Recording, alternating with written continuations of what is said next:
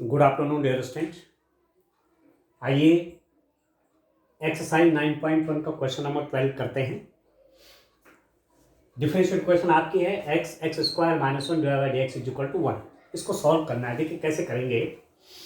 मैं variable separable करता हूँ, डी एक्स को वहाँ ले लेता हूँ, एक्स के जितने टर्म्स से सब राइट हैंड साइड में ले जाता हूँ, तो मेरे पास क्या बनेगा, this implies that d y is equal to x dy is equal to dx over x square minus 1। इसको मैं यहाँ ले गया dx और इसके डिनोमिनेटर में चला गया। ठीक है, अब आपको वो डिफरेंशियल इक्वेशन फाइंड वो इसका सॉल्यूशन निकालना है। कुल मिलाकर कहने का मतलब है इसका सॉल्यूशन चाहिए, और इसका सॉल्यूशन फाइंड आउट करने के लिए हमें इंटीग्रेशन करना होगा। दोनों पक्षों का समाकलन करने पर, दोनों पक्षों का समाकलन करने पर क्या होगा, समाकलन करने पर कितना आएगा distance, integration d y is equal to integration d x over x x square minus 1। ये इंटीग्रेशन, ठीक है। तो दिस इंप्लाइज दैट इसका इंटीग्रेशन कितना हो जाएगा y, और इसका इंटीग्रेशन हम कैसे करेंगे, इसको मैं यदि ऐसे पार्ट्स में इसके फैक्टराइजेशन इसका कर दूं, x एक्स स्क्वायर माइनस 1 के फैक्टर क्या हो गए, x प्लस 1 एक्स माइनस 1। तो हमारे पास 3 लीनियर टर्म नीचे हो गए। ठीक है दोस्तों, तो इसका इंटीग्रेशन हमको करना है। अब आप देखिए, इंटीग्रेशन करने के लिए मुझे पार्शियल फ्रैक्शन में इसको ब्रेक करना होगा। ठीक है, लेट क्या रख देता हूं, 1 over x x plus 1 x minus 1। Partial fraction में ब्रेक करके हमने इंटीग्रेशन किए हैं, एक पूरी एक्सरसाइज की है, उसी का यूज करते हैं। देखिए कैसे पार्शियल फ्रैक्शन में ब्रेक करूंगा। इसको मैं लिख सकता हूं this is equal to a by x plus b over x plus 1 plus c over x minus 1। ठीक है, आप जानते हैं कैसे इसको इस रूप में लिखा जाता है। ये लीनियर टर्म है, 1 डिग्री के हैं, 1 इनकी पावर है वेरिएबल की, तो ऐसे इनको अलग अलग रूप में लिख सकते हैं। अब हमको ए बी सी की वैल्यू चाहिए, कैसे फाइंड आउट करूंगा, और 1 is equal to a x plus 1 x minus 1 plus b x x minus 1 plus c x x plus 1। पूरी इक्वेशन जो ये है, पूरी इनइक्वालिटी जो ये है, इसमें x x plus 1 x minus 1 से मल्टीप्लाई करने पर तो मेरे पास क्या होगा, यहाँ पर तो 1 आ जाएगा, यहाँ पर 1 आ जाएगा, ये इसके साथ क्या आएगा, एक्स से एक्स कैंसिल होगा तो ये दोनों फैक्टर्स के साथ मल्टीप्लाई में होंगे। बी के साथ एक्स प्लस 1 से एक्स प्लस 1 कैंसिल होगा तो एक्स एक्स माइनस 1 से मल्टीप्लाई हो जाएगा। एक्स माइनस 1 एक्स माइनस 1 से कैंसिल हो जाएगा तो सी के साथ मल्टीप्लाई हो जाएगा एक्स एक्स प्लस 1। अब आप देखिए कोएफिशिएंट्स को इक्वेट करते हैं, कितना हो जाएगा, दिस में भी रिटर्न एज, इसको हम और रूप में कैसे लिख सकते हैं, this implies that 1 is equal to, multiply करें अंदर x प्लस 1 एक्स माइनस 1, ये हो जाएगा a x square minus 1, a plus b a minus 1 a square minus b square plus b, अंदर मल्टीप्लाई करिए एक्स की, एक्स स्क्वायर माइनस एक्स, ठीक है, प्लस सी, अंदर मल्टीप्लाई कर लीजिए एक्स स्क्वायर प्लस एक्स हो। ठीक है, और दिस में written as 1 is equal to a x square minus a plus b x square minus b x plus c x square plus c x, और this में भी written as 1 is equal to x square common ले लीजिए इसमें, तो क्या मिलेगा आपको, a plus b plus c, इसमें एक्स स्क्वायर कॉमन आ गया। ठीक है, अब x कॉमन ले लीजिए, दूसरा x कॉमन ले लीजिए तो माइनस बी प्लस सी, इस और इसमें आपका x कॉमन हो गया माइनस बी प्लस सी, और कांस्टेंट टर्म हमारे पास हो गया माइनस ए, ये constant term. Equating the coefficient of x square x and constant term, what you get, equate कर लीजिए। अब इसको मैं क्या लिख सकता हूं, देखिए यहां 1 है, लेफ्ट हैंड साइड में 1 है, इसको मैं क्या लिख सकता हूं, इसको मैं लिख सकता हूं कितना, 0 into x square plus 0 into x plus 1, 0 into x square plus 0 into x plus 1। अब देखो एक्स स्क्वायर का कोएफिशिएंट यहां पर है, यहां पर एक्स स्क्वायर का कोएफिशिएंट क्या है, 0 है, तो क्या हो जाएगा, कोएफिशिएंट का कंपैरिजन कर लीजिए, तो a plus b plus c is equal to 0, equation number 1, या x का कोएफिशिएंट 0 या x का coefficient minus b plus c है, तो minus b plus c is equal to 0, this is equation number 2, and here the constant term is minus a, and in the left hand side the constant term is 1, then I may write here a is equal to minus a is equal to 1, a is equal to 1, this implies that a is equal to minus 1। ठीक है दोस्तों, a की value आपके पास क्या है, -1 आ गई। अब मैं क्या करूंगा, मैं b और c के लिए इन इक्वेशंस को सॉल्व करूंगा, तो यहां से a की वैल्यू यहां रख लीजिए इक्वेशन 1 में, तो आपके पास क्या मिलेगा, b plus c is equal to 1 आ जाएगा। ठीक है, ए की जगह -1 कर लीजिए, -1 प्लस बी प्लस सी 0 है, तो बी प्लस सी क्या हो जाएगा, +1 हो जाएगा।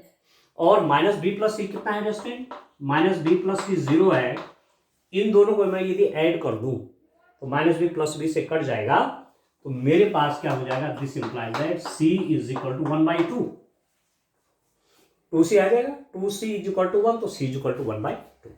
अब c आपका 1/2 हो गया, ठीक है, c के वैल्यू में 1/2 कर दूंगा, तो b कितना हो जाएगा, यहां पर क्या है, c is equal to b, यदि मैं b को राइट हैंड साइड में ले लूंगा तो b is equal to c हो गया, और c 1/2 तो b भी 1/2 हो जाएगा, b इज आल्सो 1/2। ठीक है दोस्तों, तो a की वैल्यू आ गई -1, b की वैल्यू आ गई 1/2, c की वैल्यू आ गई आपकी 1/2। अब ये जब ये सब वैल्यूज आ गई हैं, तो अब मैं इस इक्वेशन को जो मैंने यहां पर लिया था, ये इसको पार्शियल फ्रैक्शन में इसको ब्रेक कर देंगे, पार्शियल फ्रैक्शन में ब्रेक हो जाएगा स्टूडेंट। अब आप देखिए पार्शियल फ्रैक्शन में जब ब्रेक हो जाएगा तो हमें इंटीग्रेशन करने में आसानी हो जाएगी।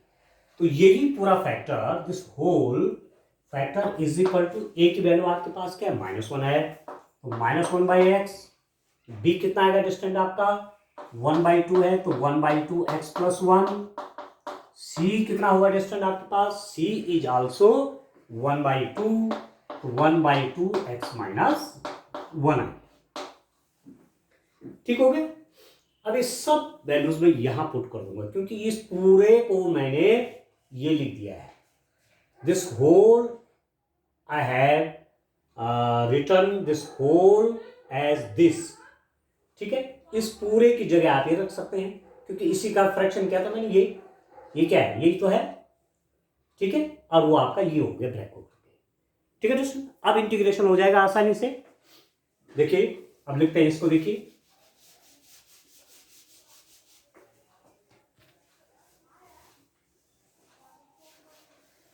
आप देखिए कितना आएगा, इसको देखो, अब पार्शियल फ्रैक्शन में आसानी से ब्रेक हो गया, पार्शियल फ्रैक्शन में हमने इसको ब्रेक कर दिया है, अब इंटीग्रेशन करने में हमको कोई दिक्कत नहीं आने वाली। आप देखिए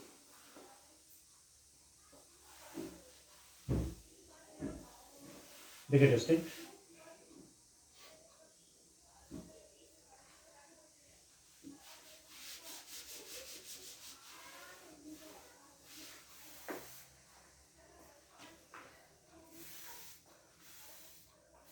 अब कैसे कैसे लिख दूंगा इसको, देखिए यही मेरे पास जो आया हुआ था y इज इक्वल टू, आप देखिए y इज इक्वल टू हमारे पास आया हुआ है integration -1/x plus 1/2x plus x plus 1 plus 1/2 x minus 1 पूरा dx, ये आ गया स्टेट। तो दिस में भी written as y is equal to, अलग अलग कर लीजिए, -dx/x plus 1/2 dx over x plus 1 plus 1/2 integration of dx over x minus 1। ठीक है, अब आप कर लीजिए, y की वैल्यू निकाल लीजिए। y कितना होता है, कितना आएगा, y इज इक्वल टू, इसका इंटीग्रेशन करूंगा तो 1/x dx का इंटीग्रेशन कितना log x होता है, ये हो जाएगा आपके पास माइनस log x। ये कितना हो जाएगा 1/2 log x प्लस 1।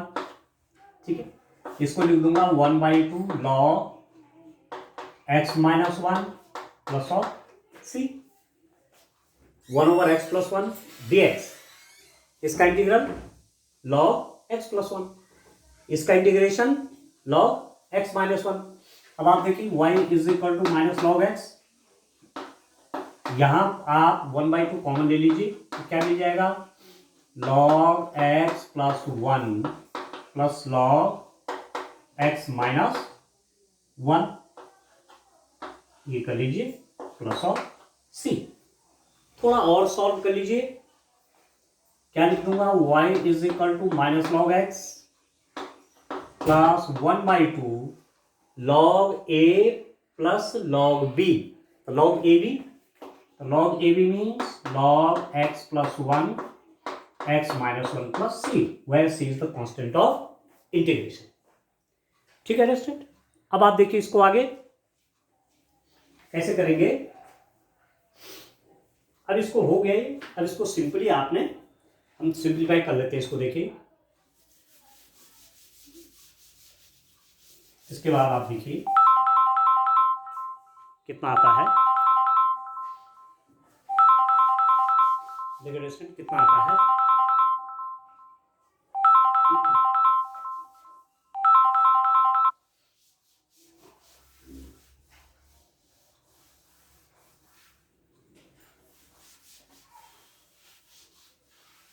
ये आपका कितना आता है देखिए,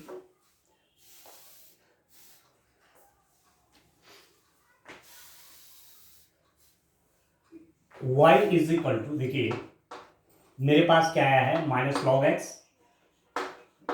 प्लस 1/2 log, देखिए x प्लस 1 x माइनस 1 हो गया x square minus 1 plus c, ये आ गया।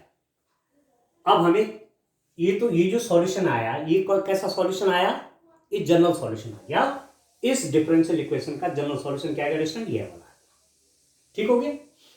अब आपको क्या करना है, ये कंडीशन दी है y is equal to 0 when x is equal to 2, इससे हमको इस c की वैल्यू निकालनी है।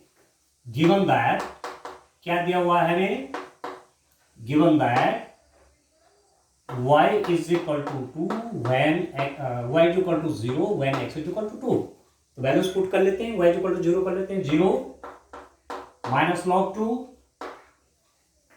ठीक है, प्लस 1/2 log ऑफ कितना, यहां पर 2 कर लेते हैं, 2 is 2 to 4, तो ये 3 हो जाएगा, 3 प्लस c। ठीक है दोस्तों, और थोड़ा सा इसको ऐसा भी लिख सकता हूं मैं सिंप्लीफाई करने के लिए, तो 0 इज इक्वल टू, इसको लिख सकता हूं मैं minus 1/2 log of 2 square plus 1/2 log 3 plus c। ये मैंने कैसे लिखा देखिए, आप जानते हैं log n to the power n is equal to n log of n, ये आप जानते हैं। तो यदि मैं इसको पावर को पीछे ले आऊंगा तो 2 से 2 कट जाएगा, तो log 2 तो रहेगा। इसको मैं एक साथ रखना चाह रहा हूं, तो ये कितना हो जाएगा, 0 इज इक्वल टू 1/2, यहां से कॉमन आ गया, तो हमारे पास आ गया log 3 minus log 2 square means 4 plus c। या तो ठीक है स्टूडेंट। अब आप आगे देखिए कैसे कर लेंगे इसको, देखिए यहां पर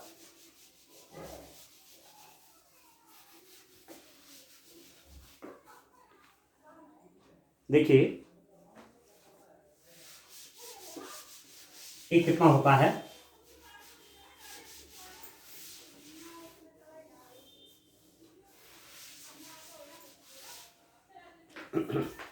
मेरे पास आ गया c की वैल्यू यहां से निकाल सकता हूं, मेरे पास आ रहा है 0 इज इक्वल टू 1/2 log 3/4, ठीक है। मेरे पास ये है तो मैं नेगेटिव निकाल लूंगा, कोई बात नहीं, प्लस सी। मैंने क्या किया, log a minus log b equal to log a by b होता है। log a minus log b क्या होता है, log a बाई बी, तो log 3/4 लिख दिया इसको। तो दिस इंप्लाइज दैट c की वैल्यू कितनी हो जाएगी, c is equal to -1/2 log of 3/4। ये आ गया c की वैल्यू। अब c की वैल्यू हमारे पास आ गई, कांस्टेंट ऑफ इंटीग्रेशन की वैल्यू आ गई। अभी तक तो ये इस डिफरेंशियल इक्वेशन का ये जनरल सॉल्यूशन था, पर जैसे मैं c को इस वैल्यू से रिप्लेस करूंगा तब एक पर्टिकुलर सॉल्यूशन बन गया डिफरेंशियल इक्वेशन, ठीक हो गया। तो hence the particular solution is y is equal to कितना हो गया आपके पास, मैं थोड़ा इसको और भी, इसको भी चेंज कर सकता हूं, log x plus 1/2 log of x square minus 1 minus 1/2 log of 3/4। थोड़ा इसको भी चेंज कर लेता हूं, कैसे लिख सकता हूं, y is equal to -1/2 log of x square. ये भी आंसर है, पर थोड़ा सा चेंज कर देता हूं। देखिए एक्स स्क्वायर 2 पावर पहले आ जाएगा तो 2 से 2 कट जाएगा, ऐसा भी लिख सकता है इसको, plus 1/2 log of x square minus 1 minus 1/2 log 3/4। तो ये कितना होगा distance, y is equal to आ गया, यदि मैं 1/2 कॉमन ले लूंगा तो मेरे पास आ जाएगा log x square minus 1 minus log x square minus 1/2 log of 3/4, log a minus log b, log a by b हो जाएगा। This implies that y is equal to 1/2 log of x square minus 1 over x square minus 1/2 log of 3/4। ये आ गया इसका solution, y equal to 1/2 log x square minus 1 over x square minus 1/2 log 3/4। तो ये जो solution आया Justin, this is the particular solution of this differential equation. इस differential equation का विशिष्ट हल है, क्योंकि इसमें कांस्टेंट ऑफ इंटीग्रेशन जो आया उसकी वैल्यू निकल गई है, फिक्स वैल्यू निकल गई, ठीक है। ये जनरल सॉल्यूशन था इसका, और ये कैसा सॉल्यूशन है, ये पर्टिकुलर सॉल्यूशन, ठीक है डस्टिन, विशिष्ट हल है। चलिए अब नेक्स्ट क्वेश्चन देखते हैं, एक और क्वेश्चन करते हैं। देखिए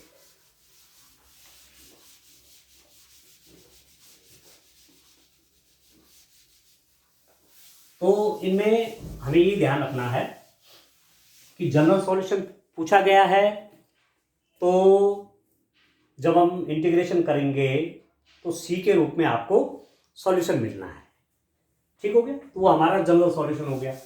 जब हमारे पास कुछ कंडीशंस दी रहेंगी, जिन्हें बाउंड्री वैल्यू कंडीशंस कहते हैं, कुछ कंडीशंस दी रहेंगी और उसके हिसाब से हमने कांस्टेंट ऑफ इंटीग्रेशन की वैल्यू निकाल दी और उसको सॉल्यूशन में पुट कर दिया, तो वही सॉल्यूशन हमारा बन जाता है, वही सॉल्यूशन आपका पर्टिकुलर सॉल्यूशन बन जाता है, विशिष्ट हल बन जाता है डिफरेंशियल इक्वेशन। तो दो टाइप के हल आपने पहले भी पढ़े हुए हैं। पहले भी हमने शुरू में जब शुरू किया था इसको डिफरेंशियल इक्वेशन को, तो वहां बताया था कि विशिष्ट हल और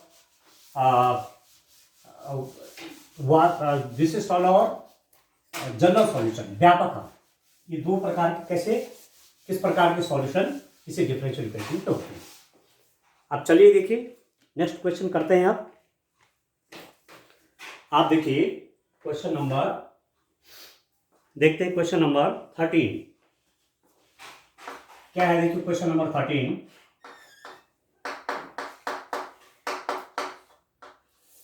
क्वेश्चन नंबर 13 है decimal cos dy over dx is equal to a,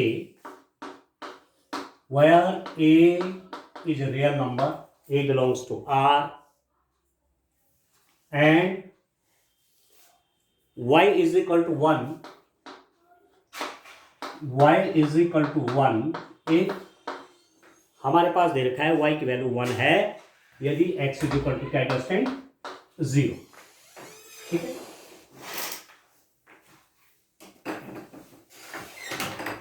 इसका सॉल्यूशन चाहिए। देखिए इस डिफरेंशियल इक्वेशन को सॉल्व करना है। क्या है हमारे पास दिया हुआ, देखिए हमारे पास डिफरेंशियल इक्वेशन एडजस्टेंट cos dy by dx is equal to a. This implies that, कैसे लिख सकता हूं इसको लिख सकता हूं dy by dx is equal to cos inverse a. ये आपने पढ़ा है मैथ्स के फर्स्ट पार्ट में, इनवर्स ट्रिग्नोमेट्रिक फंक्शंस, वहां ऐसे लिख लेते हैं हम cos dy by dx is equal to a. तो dy by dx कैसे निकलेगा, ये cos इनवर्स के रूप में यहाँ चला जाएगा. तो this implies that dy is equal to cos inverse a dx हो गई. अभी तो कांस्टेंट है तो सिंपल इंटीग्रेट कर लीजिए. Integrating both sides, integrating both sides क्या मिलता है एडजस्टमेंट. इंटीग्रेशन करने के बाद dy is equal to integration cos inverse a dx. This implies that इसका इंटीग्रेशन कितना हो जाएगा y, ये तो बाहर आ जाएगा और dx का आपका x हो जाएगा. तो ये आपका क्या बन गया, ये बन जाएगा cos inverse a into x plus c, where c is the constant of integration. ठीक हो गया, ये तो कांस्टेंट है बाहर आ गया और इसका इंटीग्रेशन dx का x हो गया. अब आप देखिए ये एक ऐसा सॉल्यूशन निकल गया. This is the general solution of this differential equation. ये जो डिफरेंशियल इक्वेशन दी हुई है इसका व्यापक हल आ गया. व्यापक हल इस मतलब इसमें सी. ठीक हो गया. अब आप देखिए ये एक कंडीशन दे रखी है इस सी की वैल्यू फाइंड आउट करने के लिए. आपके पास क्या दिया हुआ है, since y is equal to 1 x is equal to 0. y की वैल्यू 1 है जब x क्या है 0 है. तो इसको 1 कर लीजिए. 1 इज इक्वल टू, ठीक है. अब जैसे हम x इज इक्वल टू 0 कर देंगे तो ये तो 0 हो गया डिस्टेंस. देखिए तो c इज इक्वल टू 1 हो गया. तो इसका मतलब आप लिख सकते हैं पर्टिकुलर सॉल्यूशन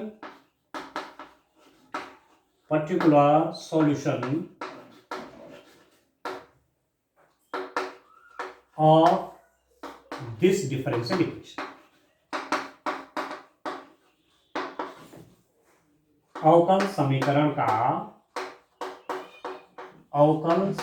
का विशिष्ट का मतलब हुआ सी को हमने पर्टिकुलर वैल्यू निकालनी है. तो कितना होगा डिस्टेंस जी, यहां पर आप देख सकते हैं कि y इज इक्वल टू, इसको लिखा जा सकता है cos inverse a into x plus c की जगह पे कितना हो गया 1 आ गया. ठीक है, सी की वैल्यू कितनी आ गई थी 1, तो यहां रख दिया. तो ये कैसा सॉल्यूशन हुआ, विशिष्ट हल हो गया या पर्टिकुलर सॉल्यूशन आप कह सकते हैं. और इसको मैं और सॉल्व कर सकता हूं. इसको लेफ्ट हैंड साइड में ले लीजिए. y minus 1 is equal to cos inverse a into x और y minus 1 by x is equal to cos inverse a. आपके पास क्या बना, x को मैं इसके डिनोमिनेटर में ले लिया. y minus 1 over x is equal to cos inverse a. This implies that cos inverse को यहां ले लीजिए डिस्टेंट. तो आपके पास बन गया a is equal to cos inverse y minus 1 over x. a is equal to cos, या inverse के रूप में नहीं रहेगा, ये इनवर्स हट जाएगा. ठीक है, क्या है आपके पास cos inverse a is equal to y minus 1 by x है. तो a की वैल्यू कैसे निकालेंगे, cos इनवर्स जो है यहाँ cos के रूप में चला जाएगा.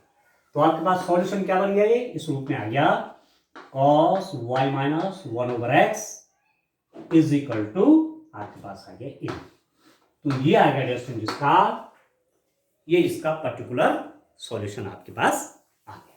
तो इस रूप में इसको करेंगे. चलिए एक और क्वेश्चन लेते हैं. एक और क्वेश्चन लेते हैं डिफरेंशियल इक्वेशन का. देखिए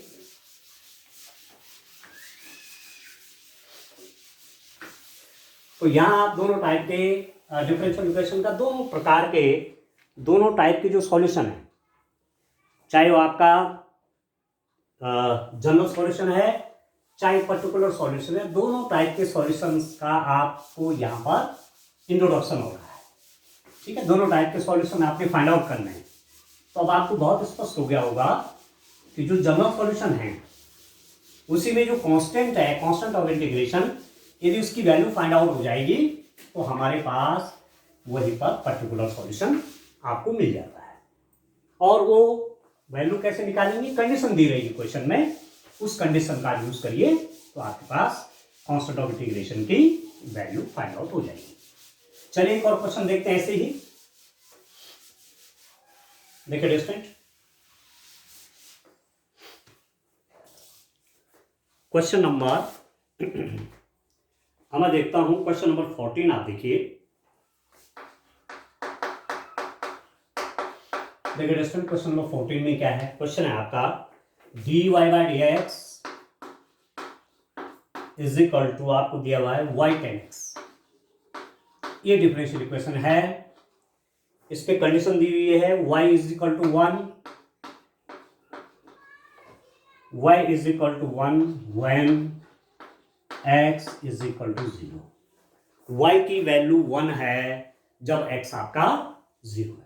तो इसको सॉल्व करना है चाहिए, डिफरेंशियल इक्वेशन है। कैसे सॉल्व होगी, वेरिएबल सेपरेबल कीजिए, y को dy के नीचे ले आइए और dx को वहां ले लीजिए आप।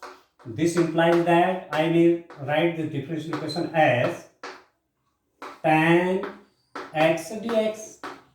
Now variable are separate, y एक तरफ है, x एक तरफ है, तो आप क्या कर लीजिए, समाकलन करने पर इंटीग्रेटिंग बोथ साइड्स,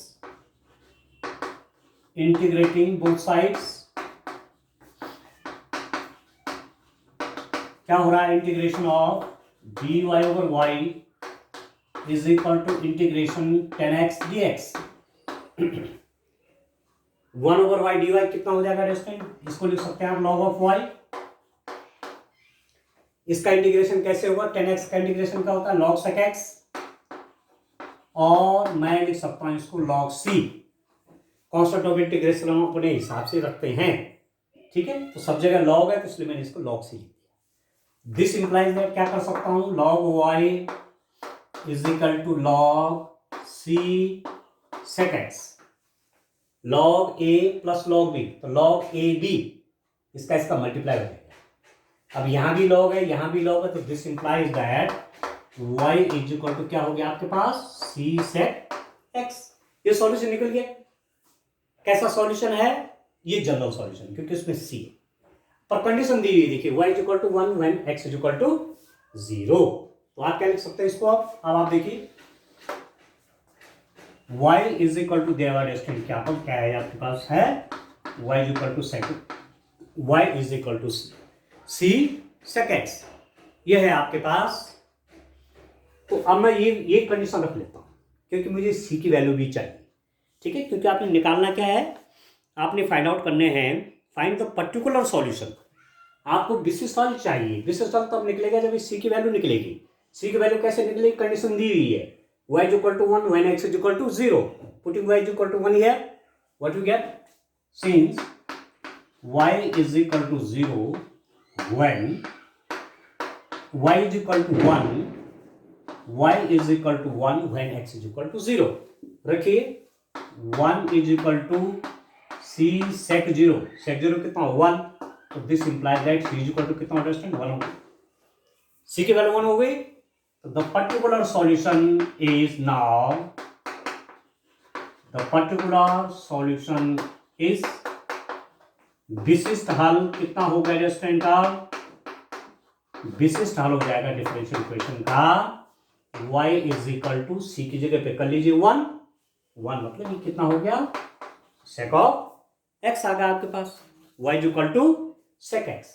तो ये जो आपके पास आया, this is the particular solution of this differential equation. इस डिफरेंशियल इक्वेशन के कौन सा हल है, विशिष्ट हल है इसका, ठीक है स्टूडेंट। तो इस टाइप से इन क्वेश्चंस को करेंगे। अब इसमें एक या दो पीरियड, 2 क्लासेस अभी और लग सकती हैं, ठीक है, तो करिए आप इस ग्रुप में। आज के लिए इतना काफी है, थैंक यू।